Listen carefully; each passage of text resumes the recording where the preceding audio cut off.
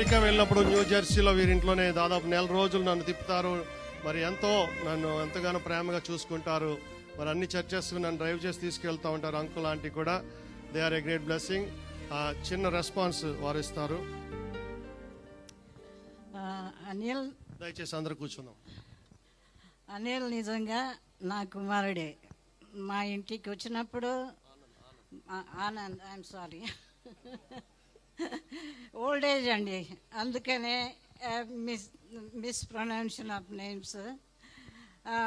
ఆనంద్ నిజమైన నా కుమారుడే.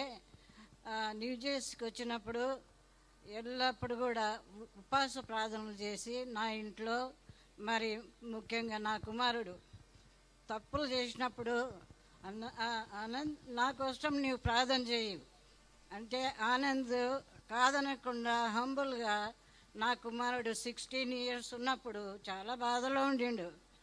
అప్పుడు ఆనంద్ ఆయన రూమ్లోనే ఉండి ప్రేయర్ చేయిస్తూ నా కుమారుని బలపరిచిండు.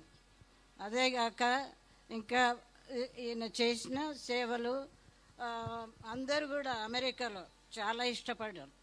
ఎంత హంబుల్ అండ్ ఎంత మంచి సేవకుడు అని మనుషులు మాతో చెప్పారు. దేవుడు సుష్మితను మరి ఆనంద్ను బహుగా ఆశీర్వదించి గాక. తర్వాత వాళ్ళ పిల్లలు కూడా ఎంత సంతోషం, చాలా చక్కని పాటలు దేవుణ్ణి స్తుతించుతున్నారు. ఈ రోజున ఇక్కడ ఉన్నానంటే ఇదంతా దేవుని దయ. ఫస్ట్ టైం నేను అనిల్